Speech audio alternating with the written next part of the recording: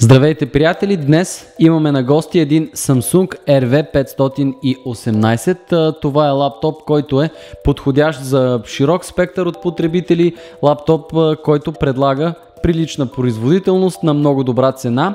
Серията RV на Samsung ни предлагаше и до момента такива лаптопи. В случая това е наследникът на RV509. Говорейки за този лаптоп, трябва да кажем, че той има наистина интересен външен вид. Говоря основно за задната част на дисплея. Не се вижда от камерата, но всъщност тя е на много фини ивици, така че когато докосваме лаптопа, определено оставаме с едно много интересно усещане. Като цяло изчистен външният вид на лаптопа, преобладава сивото както отвън, така и отвътре в комбинация с черния цвят, който видяхме на капака. Тук клавиатурата също е издържана изцяло в черно. Имаме 15,6 инчов лаптоп, който има гланцово лъскаво покритие на дисплея си, 1366 по 768 пиксела е стартовата резолюция стандартно за този модел, с вградена веб камера, вграден микрофон в долната част на корпуса, всичко, което е необходимо на потребителя, за да общува.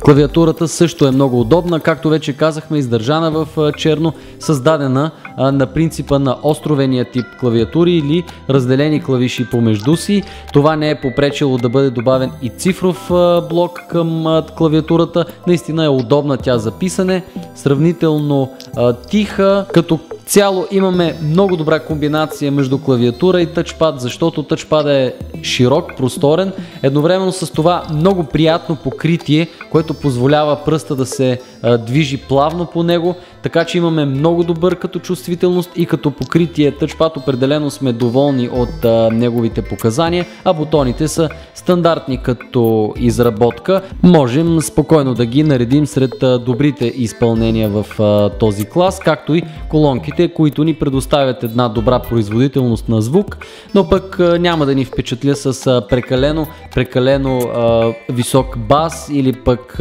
мощност. Все пак това е лаптоп, който ни осигурява една наистина добра производителност на много приемлива цена. Това, за което говоря, е комбинацията между Intel Core i процесорите и графиката на Nvidia. В случая Core i3 до Core i7 са възможностите на тези лаптопи, до 8 ГБ оперативна памет, както и над 500 ГБ твърди дискове.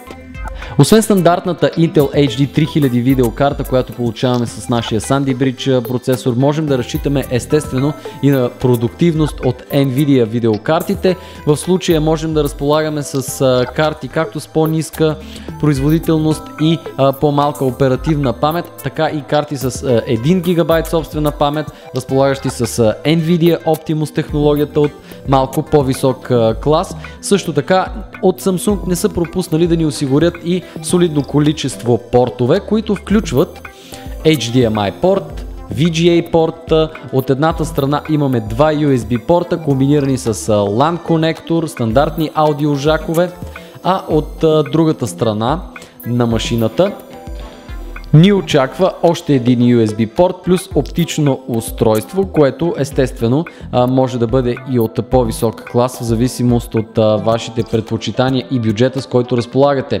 Четецът за карти и памет също не е пропуснат, а това, на което можем да разчитаме от батерията, е до над 3 часа в зависимост от потреблението на енергия, разбира се, към конкретния момент. Това, с което ни радва Samsung RV518, много изчистен външен вид, приятен дизайн, имаме ергономична качествена клавиатура, плюс много добра цена за тези технически характеристики. Ние определено оставаме доволни от този Samsung RV518. Определено не е свръхмощна геймърска машина, но пък е една машина, която ще зарадва всички потребители, които имат нужда от лаптоп за основни компютърни нужди. Цифровата мултимедия също няма да бъде проблем за този RV518. Заповядайте на laptop.bg или news.laptop.bg, за да прочетете пълното ни тестово ревю и да видите какви резултати показва RV518 от Samsung.